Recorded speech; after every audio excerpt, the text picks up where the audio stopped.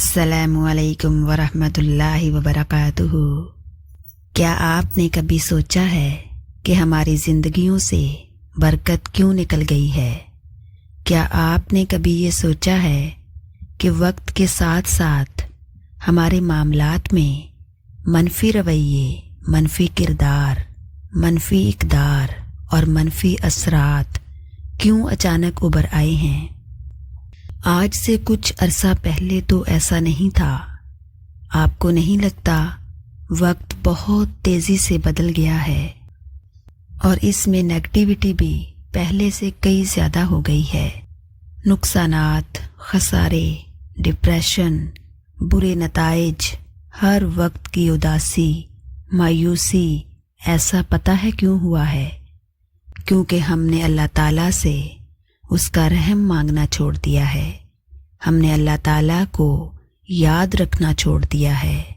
ہم چاہتے ہیں کہ ہم اسے یاد کریں نہ کریں، لیکن اللہ خود بخود ہمارے ساتھ سب خیر کرتا جائے۔ ایسے میں پھر اللہ تعالیٰ بھی پرواہ کرنا چھوڑ دیتا ہے، انہیں اپنے قریب کرنے، اپنے قریب لانے کے مواقع فراہم کرنا چھوڑ دیتا ہے۔ اللہ تعالیٰ کو ہم سے یہی مطلوب ہے کہ ہم اسے یاد کریں، ہم اس سے محبت کریں، ہم اسے بار بار بلائیں، مگر مسئلہ پتہ کیا ہے؟ ہم انسان اس کے پاس جاتے ہی تب ہیں جب دنیا ہمیں توڑ چکی ہوتی ہے، جب ہمارے اوپر کوئی مشکل ہوتی ہے۔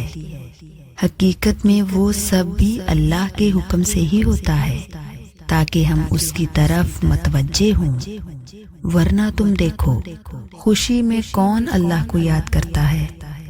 بلکہ ہم تو سب سے زیادہ ناراض ہی اسے خوشی کے موقعوں پر کرتے ہیں۔ دیکھو، دنیا کی رنگینیوں میں کھو کر ہم نے اپنا سکون برباد کر لیا ہے۔ اللہ نے ہمیں دنیا میں کیوں بھیجا ہے؟ آج ہم وہ بھول چکے ہیں۔ ہمیں لگتا ہے کہ ہم اس دنیا میں بڑا نام، بڑا سٹیٹس، بڑا بنگلہ، بڑی بڑی گاڑیاں، بڑے عہدے، ان سب کے لیے اللہ نے ہمیں پیدا فرمایا ہے۔ تو سب سے بڑی غلطی یہی ہے کہ ہم اپنے مقصد کو بھلا کر ان چیزوں میں کھو گئے ہیں۔ یہ چیزیں بے شک ہمارے لیے ضروری ہیں، مگر ضرورت کی حد تک۔ یاد رکھو، جب ہمارے اندر دنیاوی چیزوں کی محبت حد سے زیادہ اتر جائے تو ہماری زندگی تلخ ہو جاتی ہے۔ یاد رکھو، ہمارا دنیا میں آنے کا مقصد اللہ کو راضی کرنا ہے۔ اس دل میں اللہ کی محبت لے کر اس کو راضی کرنا اپنا مقصد بنا لیں۔ ہم پر نہیں لازم کہ ہم دوسروں کو خود سے خوش کریں یا اس بات کی فکر کریں کہ لوگ راضی ہیں یا نہیں۔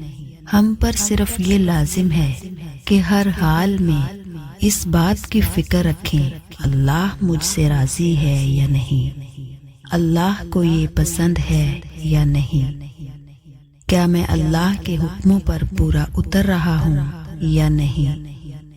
فکروں میں سب سے بہترین فکر ہے یہ، اور اسی میں دلوں کا سکون بھی ہے، بے شک۔